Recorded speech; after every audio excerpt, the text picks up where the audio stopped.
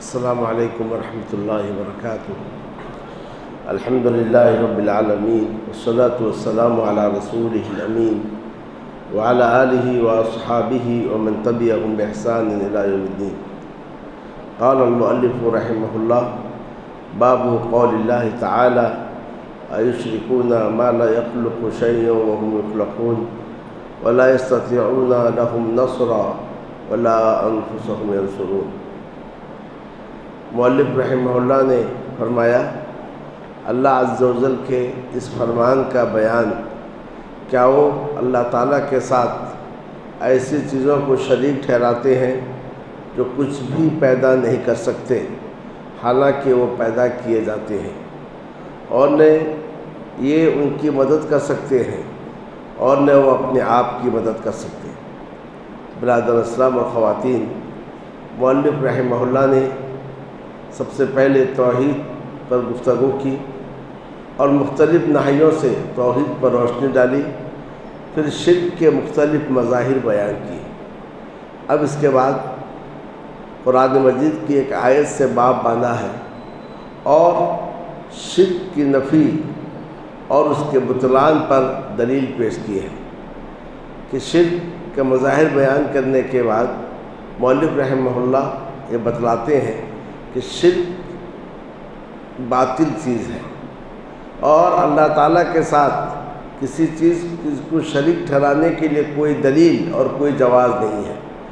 اس سلسلے میں مؤلف رحمہ اللہ نے جس آیت سے اس باب کو باندھا ہے، اس آیت کا مفہوم یہ ہے کہ یہ لوگ اللہ کے ساتھ ایسے چیزوں کو شریک ٹھہراتے ہیں جو خود عاجز ہیں، جو خود بے بس ہیں۔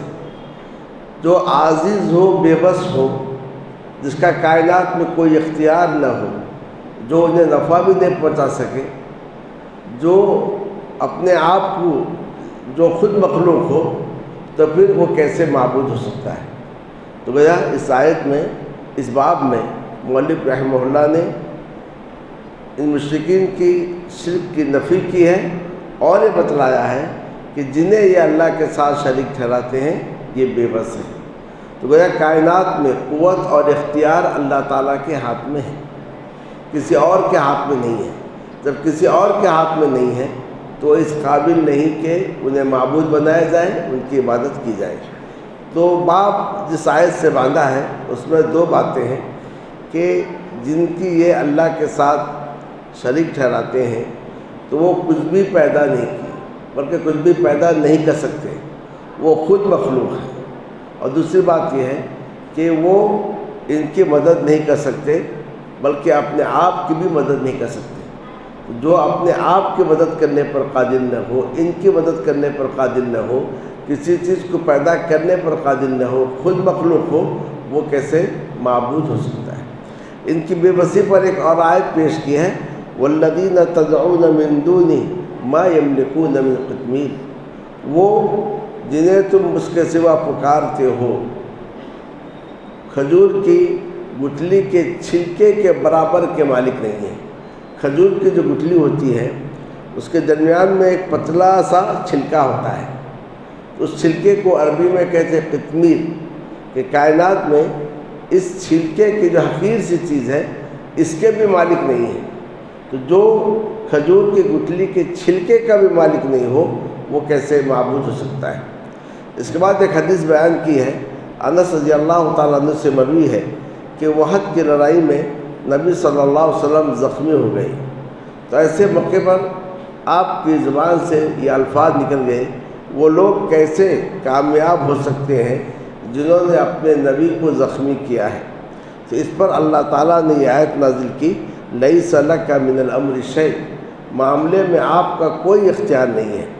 ایک اور روایت ابن عمر رضی اللہ تعالیٰ عنہ سے مروی ہے کہ انہوں نے رسول اللہ صلی اللہ علیہ وسلم کو یہ دعا کرتے ہوئے سنا جب آپ رکوع سے فجر کی آخری رکعت میں اپنا سر اٹھاتے تو کہتے: اللہم العن فلانا و فلانا و فلانا، اے اللہ فلاں پر لعنت کر، اے اللہ فلاں پر لعنت کر، اے اللہ فلاں پر لعنت کر۔ یعنی آپ صلی اللہ علیہ وسلم فجر کی نماز میں قنوت نازلہ پڑھتے تھے۔ سمی اللہ لمن حمدہ کہنے کے بعد سمی اللہ لمن حمدہ ربنا ولک الحمد کہنے کے بعد تو اللہ عز و جل نے اس پر یہ آیت نازل کی لیس لک من الامر شیء، اے نبی معاملے میں آپ کو کوئی اختیار نہیں ہے۔ ایک اور روایت میں ہے نبی صلی اللہ علیہ وسلم فجر کے آخری رکعت میں رکوع سے سر اٹھانے کے بعد صفوان ابن امیہ، سہیل ابن عمر، حارث ابن ہشام پر بددعا کرتے تھے، اور تو اس پر آیت نازل ہوئی لیس لک من الامر شیء۔ اس میں ان احادیث میں یہ بات بتائی جا رہی ہے کہ نبی اکرم صلی اللہ علیہ وسلم جو اللہ عز و جل کے پاس سب سے افضل مخلوق ہے، یعنی سارے انبیاء میں، سارے رسولوں میں سب سے افضل ہیں، انہیں بھی کائنات میں کوئی اختیار نہیں ہے۔ جب نبی اکرم صلی اللہ علیہ وسلم کو کائنات میں کوئی اختیار نہیں ہے تو پھر دوسرے جو مخلوق ہیں انہیں کیا اختیار ہو سکتا ہے؟ تو نبی صلی اللہ علیہ وسلم اللہ عز و جل کے سب سے چہیتے تھے، سارے انسانوں میں سب سے افضل، سارے مخلوق میں سب سے افضل، لیکن اس کے باوجود کائنات میں آپ صلی اللہ علیہ وسلم کو کوئی اختیار نہیں دیا گیا، کوئی قدرت نہیں دی گئی۔ تو اس کی دلیل یہ ہے کہ نبی صلی اللہ علیہ وسلم کے سر وحد کی لڑائی کے موقع پر زخم ہو گیا، بلکہ آپ کے دانت بھی شہید ہو گئے۔ ایسے موقع پر آپ کی زبان سے یہ الفاظ نکلے، وہ لوگ کیسے کامیاب ہو سکتے ہیں جنہوں نے اپنے نبی کے سر کو زخم کیا ہے؟ تو اس پر اللہ تعالیٰ نے فرمایا کہ کائنات میں آپ کا کوئی اختیار نہیں ہے، کون کامیاب ہوگا کون ناکام ہوگا یہ ہمارا کام ہے، یہ آپ کا کام نہیں ہے۔ ایسا ہوا بھی کہ بہت سارے لوگ جو جنگ میں نبی صلی اللہ علیہ وسلم کے خلاف لڑائی کیے تھے وہ جو ہے بعد میں اسلام قبول کر لیے۔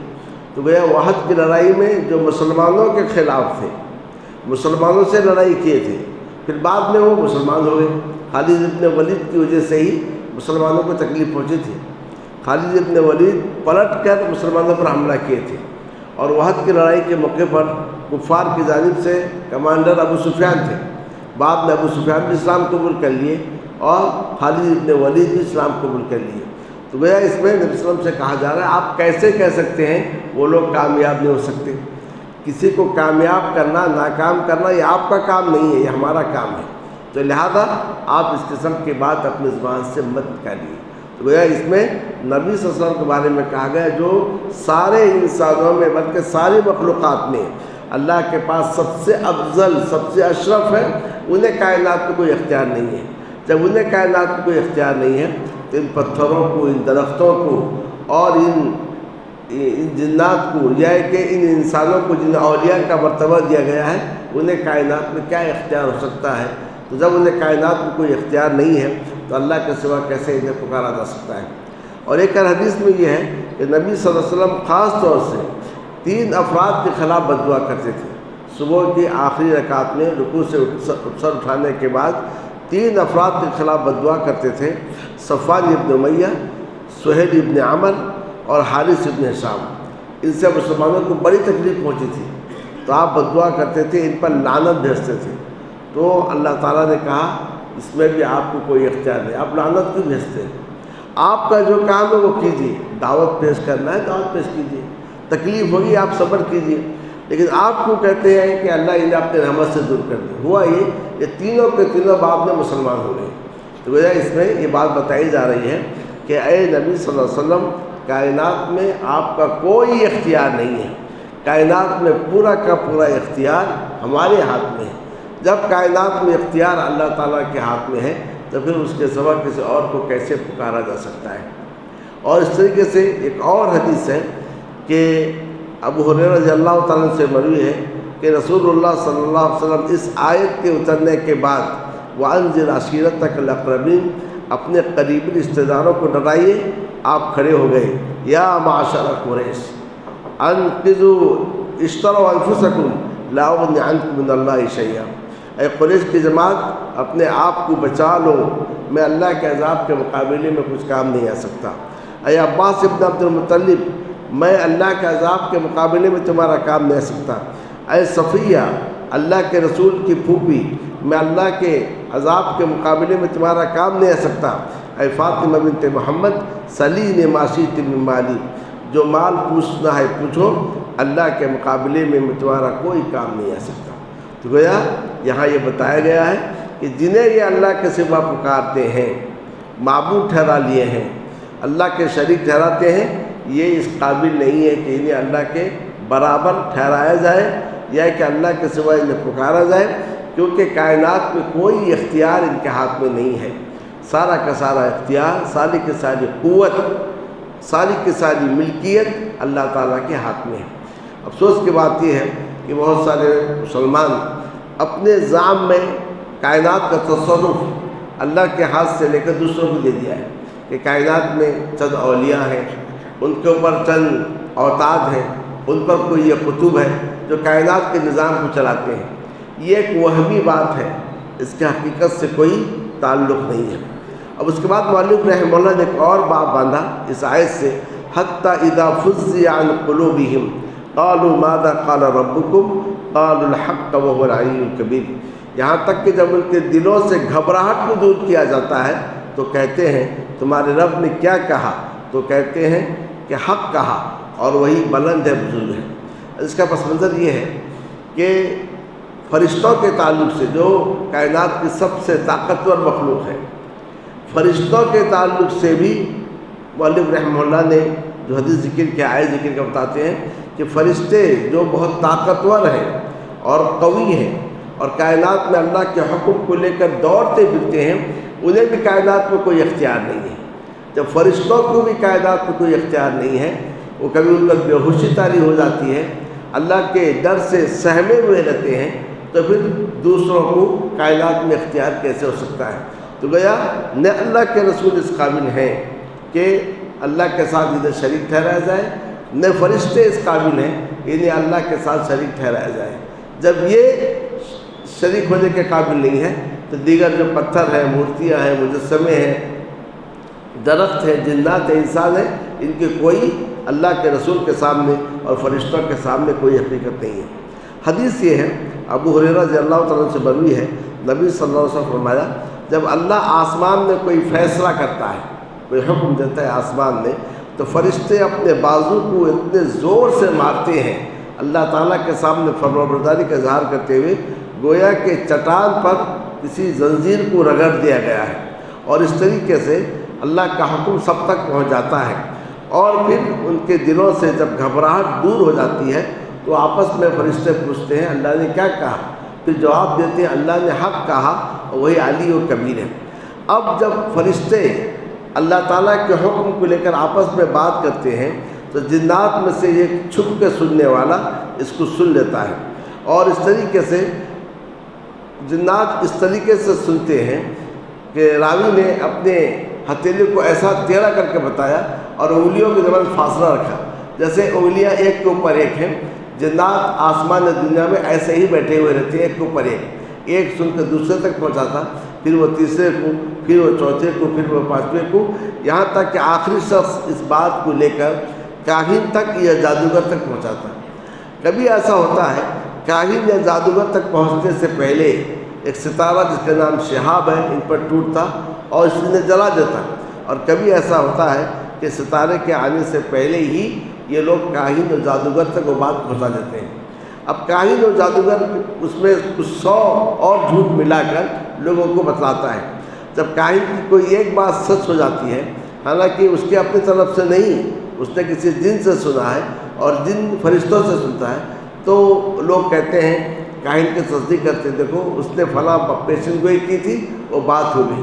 اب اس کے سارے جھوٹ کو تسلیم کرنے لگتے ہیں۔ تو گویا اس میں یہ بتلانا چاہتے ہیں کہ فرشتے بھی اللہ تعالیٰ کے ڈر سے سہمے ہوئے ہوتے ہیں، اور اللہ جب کوئی وحی کرتا ہے تو فرشتے بے ہوش ہو جاتے ہیں، نشی ان پر طاری ہو جاتی ہے۔ تو گویا اس کا مطلب یہ ہے کہ فرشتوں کو بھی کائنات میں قوت اور اختیار نہیں ہے۔ تو قوت اور اختیار سب کا مرکز اللہ عز و جل ہے۔ اور اس باب میں آخری حدیث یہ ہے، اللہ عز و جل جب کوئی کسی معاملے کی وحی کرنا چاہتا ہے تو اس وحی کی بات کرتا ہے، اس وحی کے کلام کرتا ہے، اس کی وجہ سے آسمان پر کپکپاہٹ طاری ہو جاتی ہے، یا کہ سخت دہشت طاری ہو جاتی ہے اللہ عز و جل کے خوف سے۔